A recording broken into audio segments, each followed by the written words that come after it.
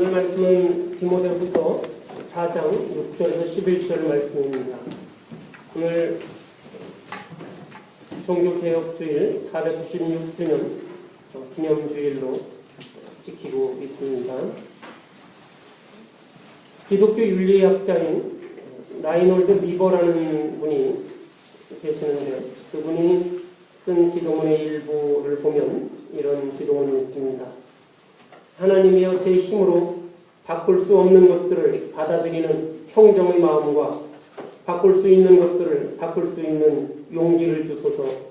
그리고 고칠 수 있는 것과 없는 것을 분별할 수 있는 지혜를 주소서.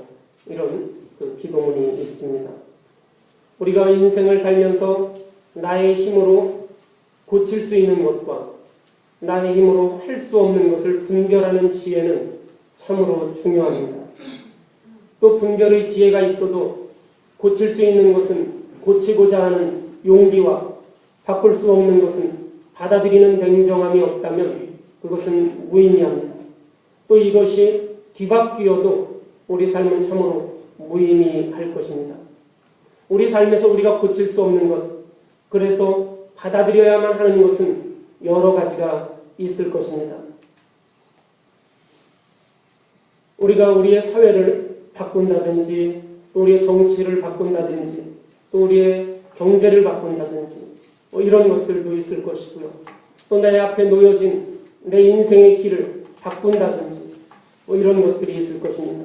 또 반면에 전혀 할 수 없는 그러한 일들이 있을 것입니다.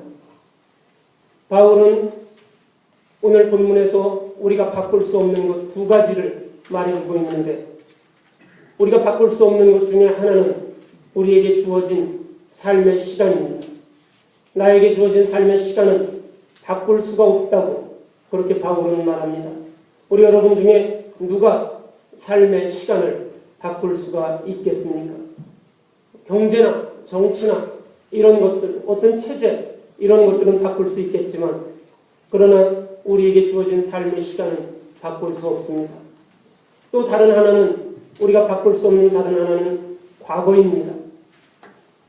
우리 모두는 이 세상에서 태어나서 어린 시절, 또 청년 시절, 장년 시절, 그리고 노년이라는 시간을 통해 우리의 생을 마치게 됩니다. 삶의 시간은 우리가 스스로 늘리거나 줄일 수 있는 그러한 것들이 아닙니다. 내가 원하지 않는다고 해도 생애의 마감 시간은 누구에게나 다가옵니다. 어떤 권력자라 할지라도 생애의 마지막 시간은 누구에게 다가옵니다. 바울은 로마의 감옥에 갇혀 있었습니다. 자신의 앞에 다가온 순교의 시간을 예상합니다.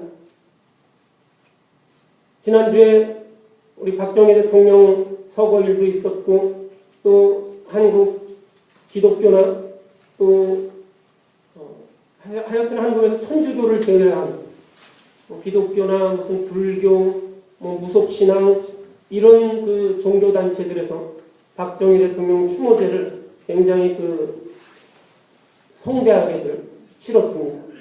천주교를 제외한 모든 곳에서 모든 종교에서 대통령 추모제를 지냈는데 그래서 박정희 대통령이 죽은 박정희가 종교를 통합했다 그런 농담까지 할 정도였습니다.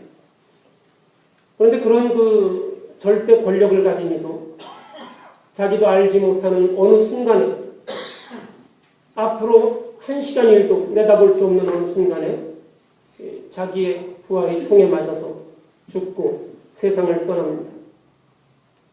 이것을 사람은 절대로 바꿀 수 없습니다. 바울이 로마의 감옥에 갇혀 있을 때 자기가 이제 순교당할 그 시간이라는 것을 예상합니다. 그래서 오늘 디모데후서 4장 6절에 보면 전제와 같이 내가 벌써 부어졌다 이렇게 말하고 있습니다. 전제라는 것은 짐승을 잡아서 하나님 앞에 제사를 드릴 때 그 제물에 포도주를 붓는 그러한 의식을 말합니다. 제물에 포도주를 붓는 것, 이것은 이제 이 제물이 다 갈라지고 이제는 이것이 하나님 앞에 제단에 불로 드려지는 그러한 단계만 남아있는 것입니다. 그래서 바울은 자기 자신을 전제와 같이 내가 벌써 부어졌고 나의 떠날 시간이 가까웠다 이렇게 말하고 있습니다. 이것은 어떤 바울이 특정한 그러한 영적인 그런 느낌이 있어서가 아니라 자기가 수차례 감옥에 갇혀서 수감되었지만 이제는 마지막에 이제는 내가 사형 선고를 받고 이제는 내가 죽음을 그 기다리는 그 순간이 왔다는 것을 바울은 알고 있습니다. 비록 오늘이 될지 내일이 될지는 모르지만 머지않아 이 사형은 집행될 것이라는 것을 바울은 알고 있었기에 전제와 같이 내가 벌써 부어졌다 이렇게 말합니다.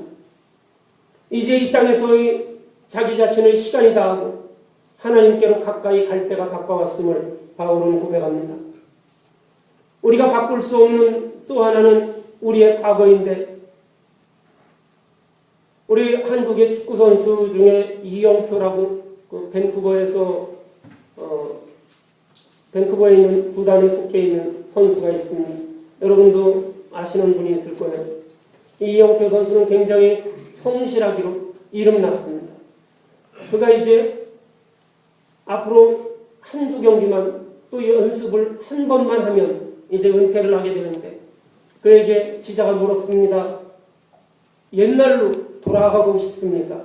옛날에 우리나라에서 월드컵 할 때 그때처럼 20살 때 이때로 돌아가고 싶습니까? 그렇게 물었더니 이영표 선수는 나는 그때로 돌아가고 싶지 않습니다. 그때로 다시 돌아가서 내 몸이 죽도록 그렇게 하고 이렇게 하는 그 훈련하고 또 열심히 축구하는 그것을 견딜 수가 없을 겁니다. 나는 그때로 절대 돌아가고 싶지 않습니다. 그때는 내가 내 인생에서 가장 최선을 다해서 했기 때문에 또 그런 그 아픔이라든지 그런 고통을 감당할 자신이 없습니다. 그렇게 말했습니다. 그것을 그 인터뷰를 많은 사람들이 보면서 감동을 받았다고 합니다. 자기가 살아온 그 과거에 대해서 그만큼 자신 있는 그러한 말이 없기 때문에 그렇습니다.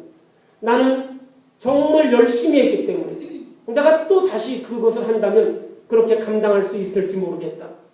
내가 과거에 정말 내 마음과 내 정성을 다해서 내가 정말 열심히 했기 때문에 바울이 자신의 과거에 대해서 그렇게 고백을 합니다. 나는 선한 싸움을 싸우고 나의 달려갈 길을 마치고 믿음을 지켰다. 이렇게 말합니다.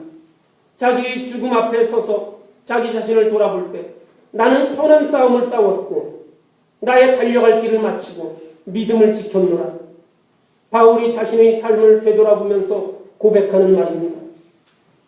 우리의 과거라는 것은 이미 살아버린 시간이기 때문에 바꾸거나 고칠 수 있는 것이 아닙니다. 그러므로 과거라는 것은 우리가 이 과거를 어떻게 받아들이는지가 중요합니다.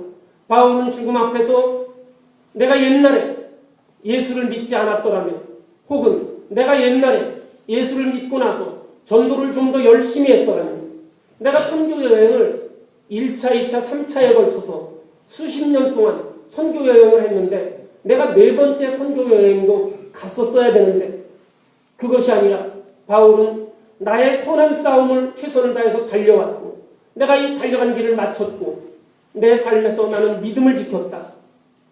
나는 최선을 다해서 그렇게 했노라는 이야기입니다. 우리가 우리의 과거를 돌이켜볼 때 어떻습니까? 내가 예전에 공부를 좀 더 열심히 할 걸, 내가 예전에 회사를 좀 더 열심히 다닐 걸, 내가 하고 있는 일들을 좀 더 열심히 할 걸, 내가 내 이웃에게 좀 더 친절할 걸, 내가 좀 더 사랑을 베풀 걸, 이런 후회들이 우리에게 있지는 않습니까? 바울은 자기가 선한 싸움을 싸웠고 최선을 다해서 자기의 길을 갔고 그리고 내가 예수 그리스도에 대한 믿음을 지켰노라고 그렇게 고백합니다. 우리가 과거를 어떻게 받아들이는지 이것이 중요합니다. 바울은 바꿀 수 없는 삶의 시간과 과거라는 두 가지를 통해서 삶의 중요한 진리를 깨닫게 해줍니다. 그것은 우리가 살아온 과거가 우리의 미래를 만든다는 것입니다. 바울이 고백하기를 8절에 보면 이제 후로는 나를 위하여 의의 면류관이 예비되었으므로 주 곧 의로우신 재판장이 그날에 내게 주실 것이며 면류관이 예비되었는데 이것이 나에게 올 것이라고 그렇게 말합니다. 하나님이 우리의 미래나 우리의 꿈이 아닌 삶의 과거를 보고 면류관을 주신다는 것입니다. 내가 앞으로 미래의 꿈, 어떤 도전하고자 하는 어떤 것, 그런 것이 아니라 나의 지나온 삶을 돌이켜보면서 나에게 면류관을 주신다는 것입니다. 이제는 나의 과거를 보면서 나에게 의의 면류관을 예비해 주셨다고 바울은 그렇게 고백합니다. 우리의 과거가 우리의 미래를 결정한다는 것입니다. 바울은 부끄러움이 없는 그 삶을 살았고 선한 싸움을 싸웠고 믿음을 지켰기에 하나님께서 주시는 의의 면류관을 바라볼 수 있다고 그렇게 말합니다. 예수님께서는 이러한 사실을 한 비유를 통해서 말씀하시는데 어떤 사람에게 2명의 아들이 있었습니다. 아버지가 두 아들에게 오늘은 포도원에 가서 일하거라 그렇게 이야기하니 큰아들이 네 그리하겠습니다 라고 이야기하고 포도원에 가지 아니하고 놀러 갔습니다. 둘째 아들에게 오늘은 포도원에 가서 일하라 그렇게 이야기하니 둘째 아들이 오늘은 바빠서 그렇게 하지 못하겠습니다 라고 이야기하고 그리고 나중에 그래도 아버지 말에 순종해야지 하고 발걸음을 돌이켜서 포도원에 가서 일을 했습니다. 그리고 예수님께서 이 비유를 얘기하시면서 제자들에게 묻습니다. 누가 아버지의 뜻대로 행했느냐? 이렇게 말합니다. 아버지가 포도원에 가라고 말했을 때 네 그렇게 하겠습니다 라고 말한 첫째 아들이 그리고 가지 않은 이 첫째 아들이 아버지의 뜻대로 행했는지 아버지가 포도원에 가라고 했을 때 오늘은 갈 수 없다고 이야기했지만 나중에 뜻을 돌이켜서 포도원에 가서 일을 한 둘째 아들이 아버지의 뜻대로 행했는지 누가 아버지의 뜻대로 했느냐고 묻습니다. 하나님이 원하시는 것은 대답이 없거나 책임이 없는 약속이 아니라 실제로 행한 삶의 모습이라는 것입니다. 우리의 삶의 모습, 이것을 하나님이 원하시는 것입니다. 우리의 삶의 모습을 보시면서 우리에게 면류관을 허락하시는 이 하나님이심을 우리가 믿으셔야 할 것입니다. 우리는 일반적으로 인생에서 가장 중요한 것은 미래라는 그러한 생각을 합니다. 그래서 과거를 그리워하거나 사로잡혀 있는 것은 소극적이라고 이야기합니다. 그래서 앞만 보고 가야 한다고도 합니다. 그런데 우리 인생을 소중히 한다는 것은 나의 과거를 소중히 한다는 것입니다. 즉 지금을 소중히 하면서 살아서 내가 좋은 과거를 만든다는 것입니다. 내가 살아서 면류관을 얻게 된다면 나의 과거는 소중하고 아름답고 좋은 과거가 되는 것입니다. 바울은 좋은 과거를 만들기 위해서 지금을 소중히 여기는 것과 그렇지 못한 모습을 들려줍니다. 오늘 디모데후서 4장 16절 뒤편에 보면 내가 처음 변명할 때 나와 함께한 자가 하나도 없고 다 나를 버렸다. 바울이 이렇게 말합니다. 바울이 감옥에 갇혀서 재판을 받을 때 바울이 처음에 그가 하나님을 만나고 선교 여행을 떠나고 그가 교회 일을 할 때 그때 바울과 함께 했던 그 사람들이 이제는 바울이 감옥에 갇혀서 재판을 받게 되고 죽음에 이르렀을 때 그들이 하나도 남아있지 않고 다 바울을 떠나버렸다고 그렇게 말합니다. 믿음의 사람들이 다 자기를 버리고 떠나버렸다는 것을 바울은 그렇게 한탄합니다. 바울이 좋은 과거를 만들기 위해서 지금을 소중히 여기는 것, 또 그렇지 못한 것, 이 모습을 자기를 떠난 사람들에게서 그렇게 찾고 있습니다. 200년경에 소아시아의 소모나 교회의 감독이었던 폴리캅이라는 사람이 있습니다. 당시 새로 시작한 기독교회와